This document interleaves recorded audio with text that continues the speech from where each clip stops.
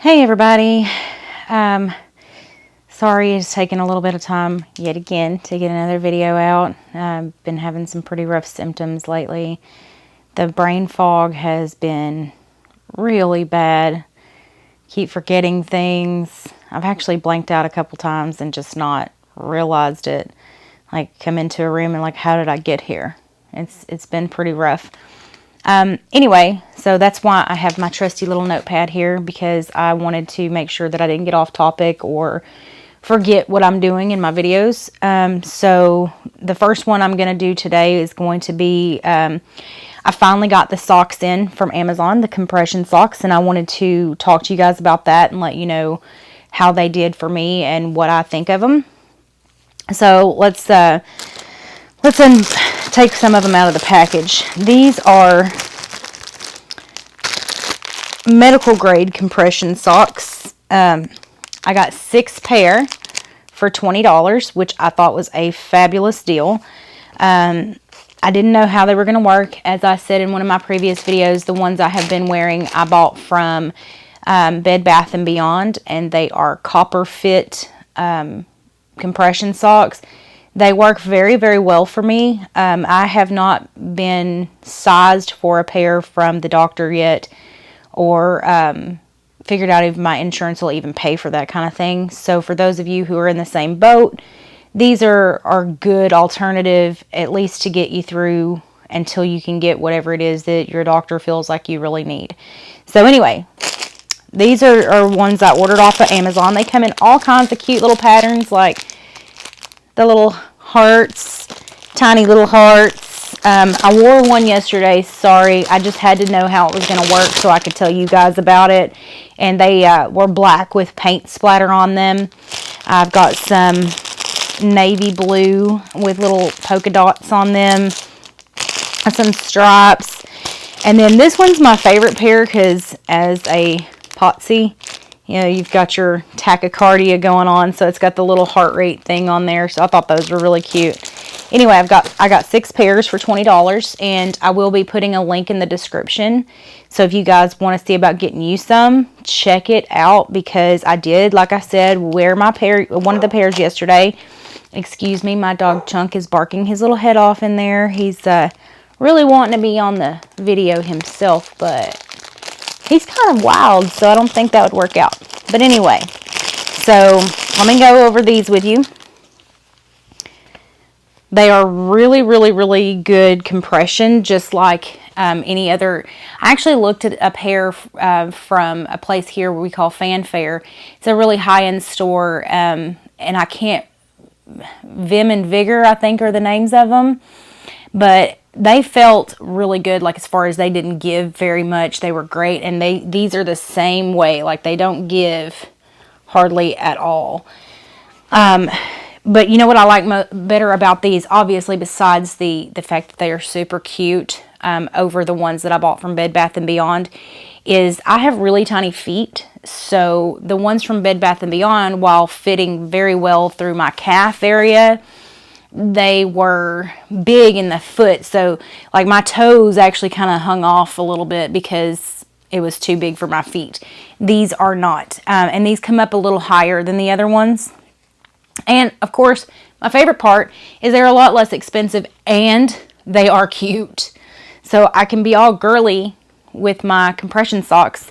Anyway, so I really, really love these. They're a little challenging to put on when you have, see, I'm already hitting 110 on my heart rate, and I was just at 88 just trying to get some compression socks on, but it's totally worth it once you get them there, trust me.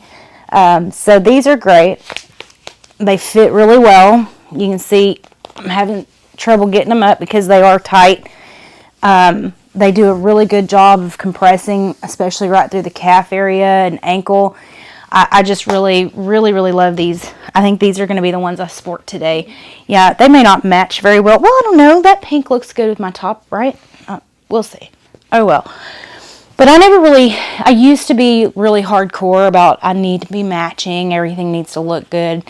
I can't leave my house without my makeup on. I can't go out of the house not looking cute and girly. Yeah, well, something about having POTS and dysautonomia kind of changes that. Now I'm just like, I need to be comfortable. I need to not pass out.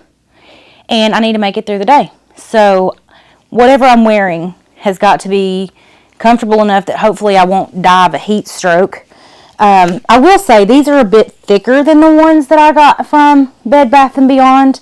So they are hot to wear when you're outside. But in the house I was okay.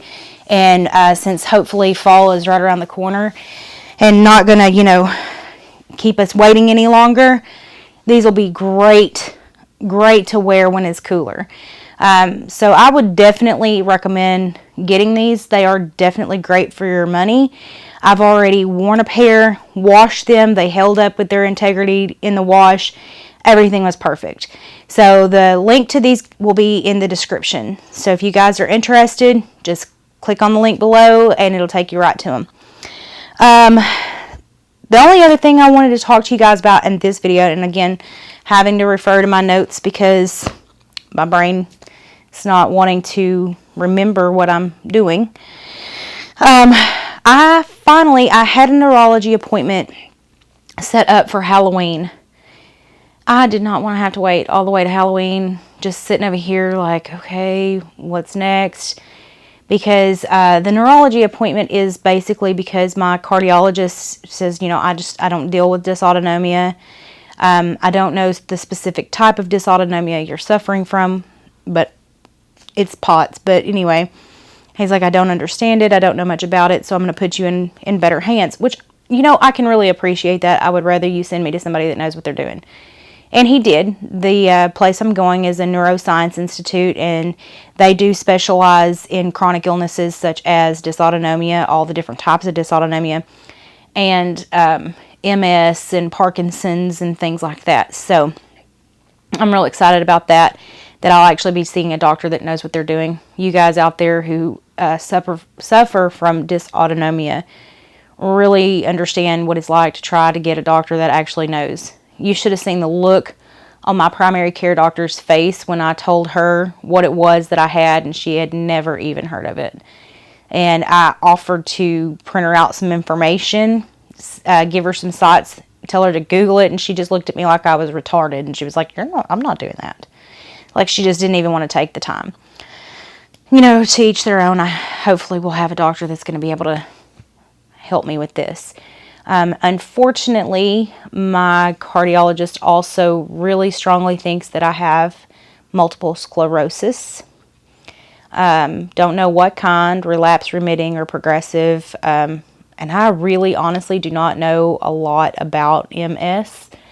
But it seems to me like a lot of the symptoms line up with dysautonomia anyway, so maybe overkill.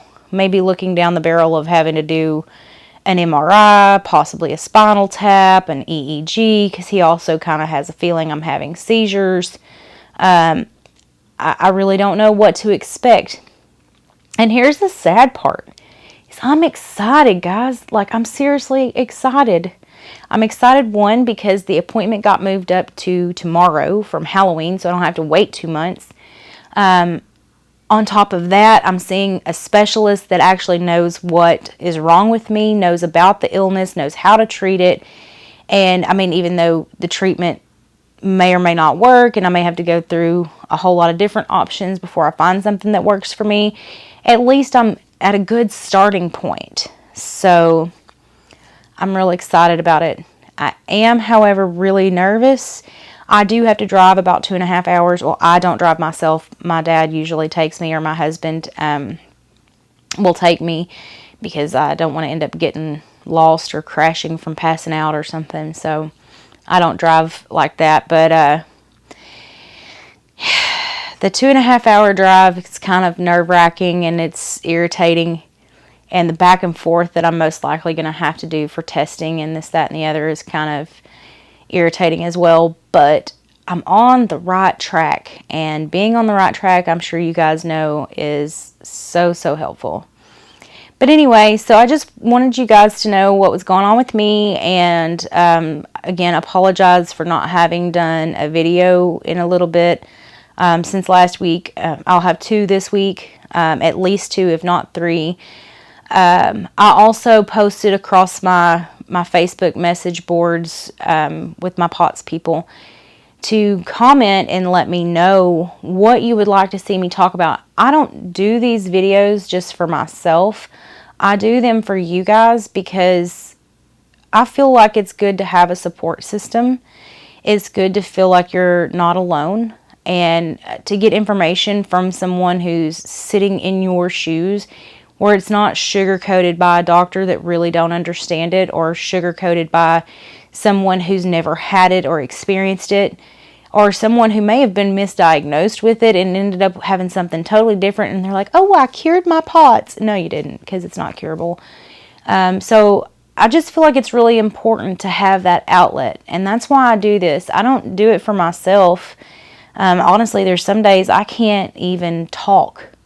Like right now, I feel like my eyes are rolling up in my head. I'm so tired, guys. I haven't slept in probably 4 days now. It's really taken its toll on me, and that's why I look like, well, I don't always look good anyways, but it's hard, and I want to be there. I want to be a source for you guys to turn to. My husband's doing the same thing with his videos, and he's looking into doing a podcast since his videos are kind of bumpy, since he's in an 18-wheeler, and they're kind of hard to watch because he's bouncing a lot. But he's looking into doing a podcast to be there not only for you guys to realize, that there are people that do care about you that don't have dysautonomia or POTS or any other form of chronic illness. And he wants to be that outlet for the caregivers as well, because this is not an easy predicament to be in if you are the spouse or loved one or caregiver of someone with POTS, dysautonomia, or any other chronic illness. So we are doing these for you guys, not for ourselves. So if you guys are interested in seeing more, let me know what you'd like to hear. I've already had a few suggestions from some people from my Facebook groups, and I will be hitting those. It'll either be this week or the beginning of next week. I'm going to do one basically on, and this was a suggestion from someone in my Facebook group, what it's like to be living with a chronic but invisible illness. Or people don't know anything about it. They haven't heard of it. They don't know what's going on with you. To the naked eye, you look fine.